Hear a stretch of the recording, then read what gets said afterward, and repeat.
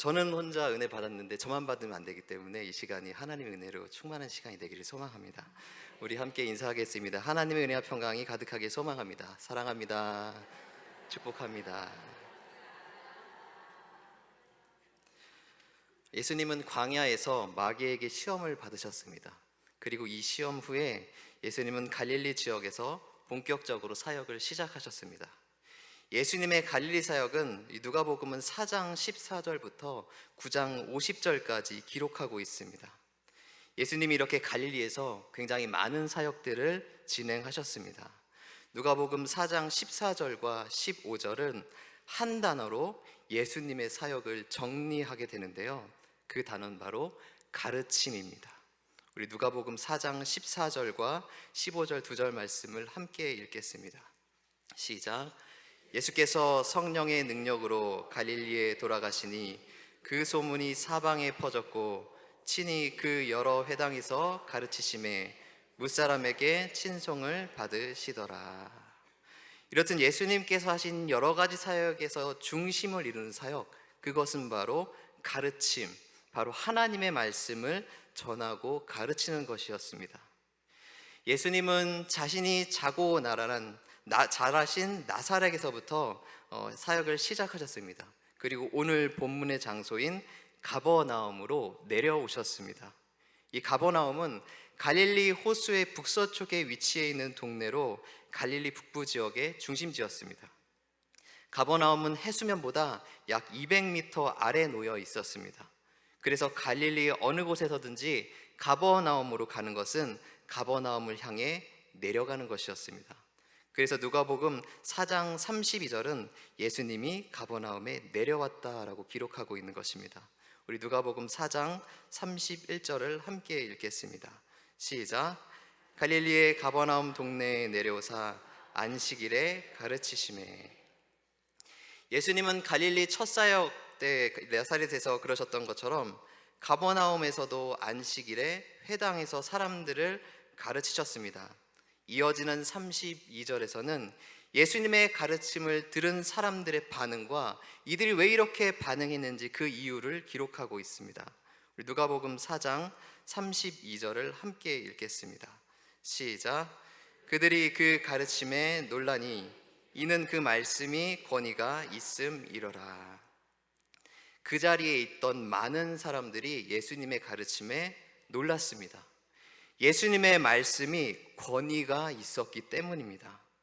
특별히 우리가 32절에서 집중해야 하는 단어가 있습니다. 그 단어는 그 말씀이라는 단어입니다. 그냥 말씀, 그 누군가가 한 말씀이 아니라 예수님이 하신 그 말씀입니다.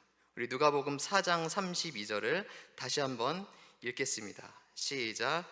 그들이 그 가르치심에 놀라니 이는 그 말씀이 권위가 있음이러라. 회당에서 매 안식일마다 가르치는 자들이 많았었을 것입니다. 그럼에도 예수님의 말씀을 들은 자들이 놀랄 수밖에 없었던 것은 지금까지 이런 말씀을 들어보지 못했기 때문입니다. 이렇게 말하는 사람을 단 한 명도 만나보지 못했는데 예수님께서 바로 그 말씀을 전하신 것입니다. 예수님의 가르침은 예수님 스스로의 가르침이 아니라 하나님께 받은 권위로 하는 가르침이었습니다. 그러므로 예수님이 하신 말씀은 당연히 권위 있는 말씀이 되는 것입니다. 예수님의 말씀은 이 성경에 기록되어 있는 그 당시에만 있었던 말씀이 아닙니다. 예수님은 지금도 오늘 하루하루를 살아가고 있는 우리에게 말씀해 주십니다. 어떻게 우리에게 말씀해 주고 계신가요? 기록된 말씀인 이 성경을 통해서 우리에게 말씀하십니다. 그리고 하나님이 세우신 자들을 통해 하나님은 우리에게 말씀하십니다. 이 지점에서 많은 그리스도인들이 길을 잃어버리는 것 같습니다. 성경에 기록된 때처럼 예수님이 내 눈앞에 나타나셔서 말씀하시면 예수님의 권위를 받아들일 수가 있는데요, 지금 내 눈앞에 예수님이 보이지 않는 것입니다. 그러다 보니 고민하게 되는 것입니다. 말씀의 권위를 내가 어디서 찾아야 할까 하고 말입니다. 하지만 우리들이 분명히 기억해야 되는 것은 예수님은 지금도 우리에게 말씀하고 계시다라는 것입니다. 그렇다면 우리는 말씀의 권위를, 눈에는 지금 보이지 않으시지만 이 우리에게 말씀하시는 이 말씀의 권위를 어떻게 찾아야 할까요? 그것은 바로 믿음입니다. 믿음으로 우리가 말씀을 받아들여야 합니다. 예수님께서 우리에게 하시고자 하는 말씀을 이렇게 성경책에 기록해 놓으셨다라는 믿음입니다. 그리고 우리에게 말씀하시기 위해 하나님이 친히 세우신 자를 통해 우리에게 말씀하신다라는 믿음입니다. 그리스도인 중에 기록된 말씀인 성경의 권위를 받아들이지 못하거나 무시하는 분은 만나보지 못했던 것 같습니다. 우리 그리스도인들은 기록된 하나님의 말씀, 성경을 하나님의 말씀, 그 권위로 받아들입니다. 하지만 하나님이 세우신 자를 통해 하시는 말씀은 조금 다른 것 같습니다. 하나님이 세우신 자를 통해 하시는 말씀의 권위를 받아들이기 어려워하시거나 심지어는 그 권위를 무시하는 경우도 있습니다. 그런데 이 경우를 조금 더 생각해 보면 말씀 자체의 권위를 받아들이지 못하는 것이 아니다라는 것을 알 수 있습니다. 하나님이 세우신 자를 받아들이지 못하고 그를 무시한다라는 데 있습니다. 하나님이 세우신 자의 됨됨이를 보는 것입니다. 능력의 잣대로 인간적인 평가를 하는 것입니다. 우리는 인간이기에 비교할 수밖에 없습니다. 이런 평가의 마음이 들 수밖에 없습니다. 그래서 저는 인간적으로 하나님이 세우신 자를, 설교자 혹은 성도를 평가할 수는 있다라고 봅니다. 하지만 그렇다고 해서 하나님이 세우신 자의 인간적인 평가가 그 사람을 통해 말씀하시는 하나님의 권위를 받아들이는데 좌우하는 데까지 가면 안 되는 것입니다. 그렇게 되면 우리는 하나님의 말씀을 들을 수가 없습니다. 가장 안타까운 상황, 성도에게, 그리스도인에게 가장 안타까운 상황이 내가 지금 당장 먹을 것이 없어서가 아닙니다. 나는 말씀을 간급해하고 있는데 그 말씀이 내게 들려지지 않을 때, 누구도 나에게 하나님 말씀을 전하지 않을 때, 그때가 그리스도인에게는 가장 안타깝고 불쌍한 상황이 되는 것입니다. 그래서 우리는 말씀이 선포되는 시간에 믿음이 필요합니다. 하나님이 나에게 말씀하시기 위해서 저 사람을 저렇게 세우신 거다라는 믿음이 필요하다라는 것입니다. 그리고 우리는 말씀을 전하는 사람이 아니라 그 사람을 통해 말씀하시는 하나님을 바라봐야 되는 것입니다. 그리고 그 말씀을 들어야 하는 것입니다. 그렇다면 듣는 사람만, 말씀을 받아들이는 사람만 믿음으로 듣게 되면 모든 것이 해결되는 것일까요? 그렇지는 않습니다. 말씀의 권위에 있어서 하나님께서 첫 번째로 책임감을 주신 사람은 바로 말씀을 맡은 자에 있습니다. 그러므로 하나님께서 세우셔서 하나님 말씀을 맡은 자는 거룩하고 막중한 책임감을 가져야 합니다. 바울이 사역을 하면서 가장 염두에 두었던 부분이 바로 이 부분이었습니다. 우리 고린도전서 9장 12절을 함께 읽겠습니다. 시작. 다른 이들도 너희에게 이런 권리를 가졌거든 하물며 우리일까 보냐. 그러나 우리가 이 권리를 쓰지 아니하고 범사에 참는 것은 그리스도의 복음에 아무 장애가 없게 하려 함이로다. 바울은 사도였습니다. 바울은 사도로서 누릴 수 있는 권리가 분명히 있었습니다. 하지만 바울이 권리를 누리기 전에 항상 생각했던 것이 있었습니다. 내가 이 권리를 누림으로 인해서 예수 그리스도의 복음 전파가 막히는 것은 아닐까, 걸림돌이 되는 것은 아닐까, 이것을 늘 염두에 두며 하나님의 일을 맡아 감당했습니다. 사도로서 충분히 누릴 수 있는 권리임에도 바울은 복음 전파의 장애가 된다면, 걸림돌이 된다면 쳐다도 보지 않았습니다. 말씀 맡은 자에게 주어진 책임감이 이렇게 막중한 것입니다. 그러므로 성도님들은 말씀 맡은 자들을 위해 함께 기도해 주셔야 합니다. 목사님을 위해서도 기도하지만 이제 우리의 생각과 마음을 확장하기를 원합니다. 앞에서 섬기시는 우리 장로님, 권사님, 집사님들을 위해서도 기도해 주셔야 됩니다. 이것이 교회 공동체를 건강하게 만들어가는 비법입니다. 내가 바른 믿음 생활을 할 수 있는 비법이 바로 앞에서 섬기시는 분들을 위한 기도인 것입니다. 이렇듯 예수님께서 가르치신 그 말씀은 그 자리에 있던 많은 사람을 놀라게 했습니다. 그런데 여기에 더해 그 자리에 있는 모든 사람을 놀라게 만드는 사건이 일어났습니다. 우리 누가복음 4장 33절을 함께 읽겠습니다. 시작. 회당에 더러운 귀신 들린 사람이 있어 크게 소리질러 이르되. 당시 회당 안은 가르침에 목말라 하는 많은 사람들이 있었을 것입니다. 그리고 이렇게 모인 사람 중에 귀신 들린 사람이 있었습니다. 저는 이 부분을 묵상하면서 귀신 들린 사람이 왜 회당에 있었을까? 이런 고민을 하게 됐습니다. 회당은 당시에 구약 성경을 가르치거나 기도하는 장소입니다. 그러니까 회당에 와 있다라는 것은 그 자리에 있는 것만으로도 나는 성경을 알고 싶습니다, 나는 기도하고 싶습니다, 이것을 표현하는 거다라는 것입니다. 그런데요, 귀신이 구약 성경을 알고 싶을까요? 귀신이 기도하고 싶어서, 하나님께 기도하고 싶어서 그 간절한 마음을 가지고 회당에 왔겠습니까? 그렇지 않다라는 것을 우린 잘 알 수 있습니다. 그러므로 귀신 들린 사람이 이 회당에 있는 것은 뭔가 다른 이유가 있다라는 것을 생각해 볼 수 있습니다. 예를 들면 회당에는 많은 사람들이 모여 있습니다. 이 많은 사람들을 해코지하고 싶은 겁니다. 이들을 흔들어 놓고 싶은 것입니다. 이렇게 이 많은 사람들을 괴롭힐 생각으로 아마 이 귀신 들린 사람은, 아마 이 귀신이 이 사람을 그렇게 이끌었을 것입니다. 이 회당에 있었을 것입니다. 그런데요, 이 귀신 들린 사람이 나를 잘못 잡았습니다. 왜냐하면 예수님께서 회당에 계셨거든요. 거기다가 그날은 안식일이었습니다. 안식일에 예수님께서 그 자리에 있기만 하신 것이 아니라 하나님의 말씀을 가르치신 것입니다. 나를 잡아도 장날이라고, 이날 지금 귀신 들린 자가 왔다라는 것입니다. 이렇게 해서 예수님과 악한 세력인 더러운 귀신이 대면하게 된 것입니다. 이 대면으로 귀신 들린 사람은 예수님을 향해 크게 소리를 지르게 됩니다.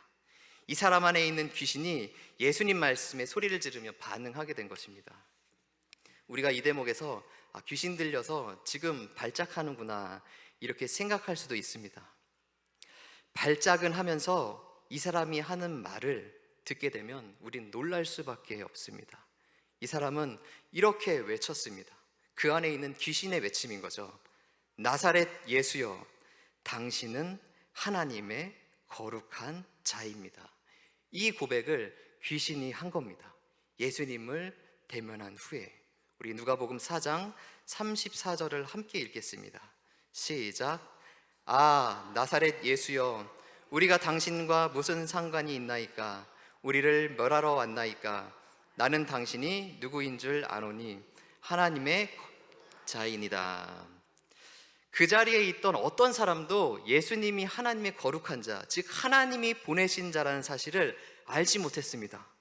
그런데요, 귀신이 정말 귀신같이 알아봤습니다. 아, 이분은 정말 하나님 보내신 자가 맞다. 이 예수님의 정체를 알아본 귀신은 예수님을 향해 두려움을 가지고 있었습니다. 이 두려움은요, 귀신이 한 말 그 속에 담겨 있습니다. 나사렛 예수요, 우리가 당신과 무슨 상관이 있나이까? 우리를 멸하려고 왔습니까? 이 말 속에 귀신이 예수님을 두려워하고 있다는 것을 알 수 있습니다. 예수님께서 회당에 왜 가셨을까요? 가르치시기 위해 가신 것입니다. 예수님의 사역의 중심은 이 가르침에 있습니다. 그리고 이 안식일에 회당에 들어가신 것도 예수님은 가르치시기 위해 회당에 들어가실 것입니다. 귀신 들린 사람에게서 귀신을 쫓아내기 위함이 주된 목적이 아니다라는 것입니다. 그런데 예수님께서 가르침을 전하시자 그 자리에 있던 사람들에게 뭔가 일들이 일어났습니다. 많은 사람들에게 예수님의 말씀을 듣고 놀라운 마음으로 변화시키는 그 변화가 일어났고요, 무엇보다 지금 함께 나누고 있는 것처럼 귀신 들린 자 안에 있는 귀신이 예수님을 알아보는 일이 일어났습니다. 우리가 그러고 보면 복음서에 예수님이 가르치는 그 현장을 하나하나 살펴보게 되면 그 현장에는 항상 무언가 일이 일어나고 있음을 알 수 있습니다. 왜 예수님이 가르치는 현장에서는 이런 일들이 일어나는 것일까요? 예수님이 하신 그 말씀에 능력이 있기 때문입니다. 앞서 나누었던 것처럼 귀신 들린 자 안에 있는 귀신은 소리를 지르며 예수님을 향해 외쳤습니다. 이 귀신의 외침을 들으신 예수님이 하신 반응은 귀신을 꾸짖으신 것입니다. 잠잠하고 그 사람에게서 나오라 말씀하셨습니다. 우리 누가복음 4장 35절을 함께 읽겠습니다. 시작. 예수께서 꾸짖어 이르시되 잠잠하고 그 사람에게서 나오라 하시니 귀신이 그 사람을 무리 중에 넘어뜨리고 나오되 그 사람은 상하지 아니한지라. 예수님의 말씀은요, 이 귀신에게 선택의 여지를 주지 않았습니다. 그냥 이 귀신은요, 예수님 말씀하는 대로 따를 수밖에 없습니다. 왜냐? 예수님 말씀의 권위 때문에 그렇습니다. 저 이렇게 하겠습니다. 이게 좋습니다. 이렇게 선택할 수가 없었다라는 것입니다. 그러므로 예수님 말씀대로 귀신 들린 사람 안에 있는 이 귀신은 이 사람 밖으로 나올 수밖에 없었던 것입니다. 이 대목에서 우리가 알아야 될 게 있습니다. 그러신 분이 있을진 잘 모르겠지만 귀신을 만났을 때는요, 대화하는 것이 아닙니다. 하나님의 말씀을 선포하는 것입니다. 이 부분을 우리가 알아야 됩니다. 기도를 하거나 누군가를 위해 기도해 줄 때요, 귀신과 타협하거나 뭔가 협상하여 결과를 이뤄내는 것은 아닙니다. 우리가 귀신을 조우하거나 기도할 때 우리는 하나님의 말씀, 예수 그리스도의 이름을 선포한다는 것을 우리는 꼭 기억해야 합니다. 예수님의 말씀대로 이제 귀신은 그 사람에게서 나와야 했습니다. 귀신이 고분고분하게 네, 그럼 제가 예수님 말씀대로 나가겠습니다, 이렇게 반응했겠습니까? 아마 영화에서 많이들 보셨을 겁니다. 귀신 들린 사람이 어떻습니까? 고분고분합니까? 말하면 이렇게 잘 따릅니까? 아닙니다. 누가 봐도 저 사람 귀신 들렸다, 이거를 알 수 있을 만큼 아주 발광을 합니다. 아마 이 귀신도 이 사람 안에서 나올 수밖에 없었지만 아마 마지막 발광을 했을 것입니다. 내가 나가긴 나가지만 나 이대로 나갈 수 없다, 내가 할 수 있는 것 다 하고 나가겠다. 그것이 바로 이 귀신 들린 사람을 넘어뜨리는 것이었습니다. 귀신의 최후 발광입니다. 이 사람이 그냥 살짝 툭 넘어졌을까요? 아닙니다. 고리고래 소리 지르고 이렇게 뒤뚱뒤뚱 하다가 아마 심하게 넘어졌을 것입니다. 이 상황만 봤을 때는요, 이 사람은 크게 다쳤을 것 같습니다. 하지만 성경은 그 사람이 상하지 않았다라고 기록하고 있습니다. 예수님께서 그 사람이 상처 입지 않도록 보호하신 것입니다. 이렇게 해서 예수님과 더러운 귀신의 대결은 예수님의 승리로 끝나게 됩니다. 사실 이 대결은 상대 자체가 안 되는 승부였습니다. 그럼에도 예수님께서 귀신과 마치 승부를 가리는 것 같은 장면을 우리에게 보여주신 것은 예수님의 능력을 우리에게 알려주시기 위함입니다. 실제로 이 일이 일어난 이후에 그 자리에 있던 모든 사람들이 예수님의 말씀의 권위와 능력에 놀라게 되었습니다. 누가복음 4장 36절을 함께 읽겠습니다. 시작. 다 놀라 서로 말하여 이르되 이 어떠한 말씀인고 권위와 능력으로 더러운 귀신을 명함에 나가는도다 하더라. 우리 예수님은 능력이 많으신 분입니다.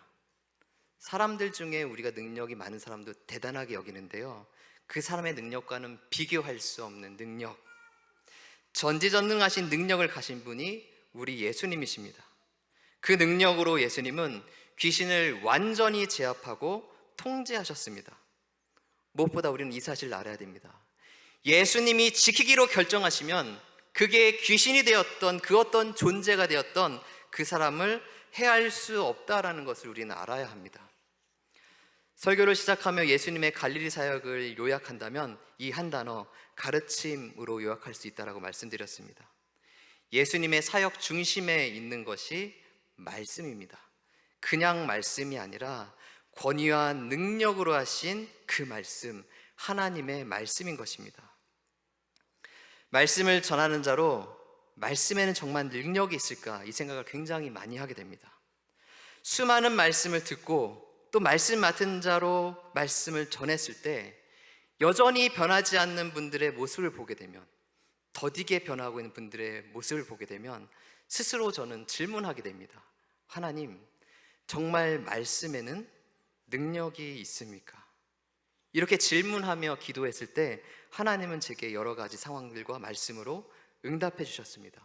그리고 오늘 본문 또한 이러한 질문에 대한 하나님의 응답의 말씀이라고 저는 믿습니다.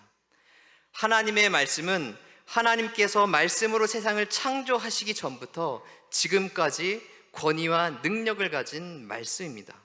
우리는 이 믿음에 조금도 흔들림이 없어야 하는 것입니다. 그렇게 지금 선포되어지는 말씀 또한 저는 권위와 능력이 있는 말씀이라고 저는 믿습니다. 비록 말씀을 전하는 제가 죄 많고 부족한 자이지만 연약한 자를 들어주시는 하나님께서 이식한 부족한 자를 통하여 말씀하게 하시고 성령께서 우리 모든 성도님들 가운데 역사하셔서 일하고 계시다라고 저는 믿습니다. 우리 누가복음 4장 37절을 함께 읽겠습니다. 시작. 이에 예수의 소문이 그 근처 사방에 퍼지니라. 안식일에 회당에서 있었던 일로 예수님의 소문이 사방으로 퍼지게 되었습니다. 이 본문만 보게 되면 예수님이 안식일에 회당에 들어간 이유가 예수님의 이름을 널리 퍼지게 하기 위함이구나, 이렇게 생각할 수도 있습니다. 하지만 아까도 말씀드렸지만 예수님 사역의 중심에 있는 것은 예수님의 이름을 소문내는 것이 아니라 바로 그 말씀 자체에 있다라는 것을 우리는 알 수 있습니다. 하지만 예수님이 애쓰지 않으셨지만 예수님의 소문은 우리가 읽은 37절만처럼 사방으로 퍼져나갔습니다. 왜 그렇게 사방으로 소문이 퍼져나갔을까요? 바로 예수님의 그 말씀에 권위와 능력이 있었기 때문입니다. 오늘 함께 나눈 것처럼 우리 마사안동북교회에 권위와 능력에 살아 역사하시는 그 말씀이 충만해지기를 소망합니다. 설교자만이 그 말씀을 맡은 것이 아닙니다. 우리 모두가 그 말씀 맡았습니다. 이 사실을 오늘 잊지 않으셔야 됩니다. 설교하시는 목사님만, 전도사님만 그 역할을 맡구나. 아닙니다. 우리 모두는 복음을 가진 자입니다. 복음이 하나님의 말씀입니다. 그러므로 이제 우리들은 하나님의 스피커가 되어야 되는 것입니다. 세상의 스피커가 돼서 세상을 자랑하는 것이 아니라 하나님의 스피커가 돼서 하나님의 놀라운 이름을 찬양하며 하나님을 자랑하며 예수 그리스도의 이름을 전해야 하는 것입니다. 이제 우리들이 작정하고 기쁨 나눈 주일을 보내고 있습니다. 매년 돌아오는 행사일까요? 저는 절대 그렇게 생각하지 않습니다. 이 시간은 하나님께서 우리의 믿음을 확인시켜 주시고 예수 그리스도의 그 이름을 전하게 하시는 귀한 사명을 우리에게 감당케 하시는 놀라운 시간입니다. 이제 우리들이 영혼을 마음을 품기를 원합니다. 그 영혼에게 나아가는 자 누구입니까? 우리 모두입니다. 내가 먼저 말씀 가진 자, 복음 가진 자로 하나님께 나아가야 됩니다. 그러기 위해서 우리는요, 기도해야 됩니다. 나만을 위해 기도하는 것이 아니라 말씀을 맡은 우리 모든 성도들을 위해 날마다 기도해야 되는 것입니다. 새벽 예배를 오신 적이 있으십니까? 새벽 기도에 나오신 적 있으십니까? 박영선 목사님이라는 분이 설교 중에 그런 말씀을 하셨습니다. 사람이 평안하면 쉬고 싶다라고 말씀하셨습니다. 그런데 새벽 기도에 나오는 분은 마음이 불편하고 마음이 어려워서 새벽에 나와 기도할 수밖에 없기 때문에 그렇게 새벽에 나온다라고 말씀하셨습니다. 우리 마음 어떻습니까? 마음 평안하십니까? 기도 제목 없으십니까? 우리는 늘 새벽을 소망하고 사모하며 또 새벽만이 아니라 내가 있는 곳에서 기도해야 되는 것입니다. 왜 기도해야 합니까? 내가 바로 하나님 말씀 맡은 자이기 때문에, 나 때문에 옆에 있는 하나님을 알지 못하는 사람이 넘어지면 안 되지 않겠습니까? 그 걸림돌이 되는 것이 아니라 하나님의 복음의 통로가 우리가 돼야 되기 때문에 우리는 늘 기도하며 하나님 말씀을 마음에 담고 늘 훈련하고 연습해야 되는 것입니다. 우리 성도님들 입술에는 어떠한 말들이 담겨 있으십니까? 우리의 삶과 우리의 입술 가운데, 우리의 생각 가운데 바로 하나님의 말씀, 그 말씀, 권위와 능력 있는 말씀이 가득 채워져서 하나님께만 영광 올려드리고 우리 주 예수 그리스도의 이름을 전하는 우리 마사안동국교회 모든 성도님 되시기를 간절히 소망합니다. 기도하겠습니다.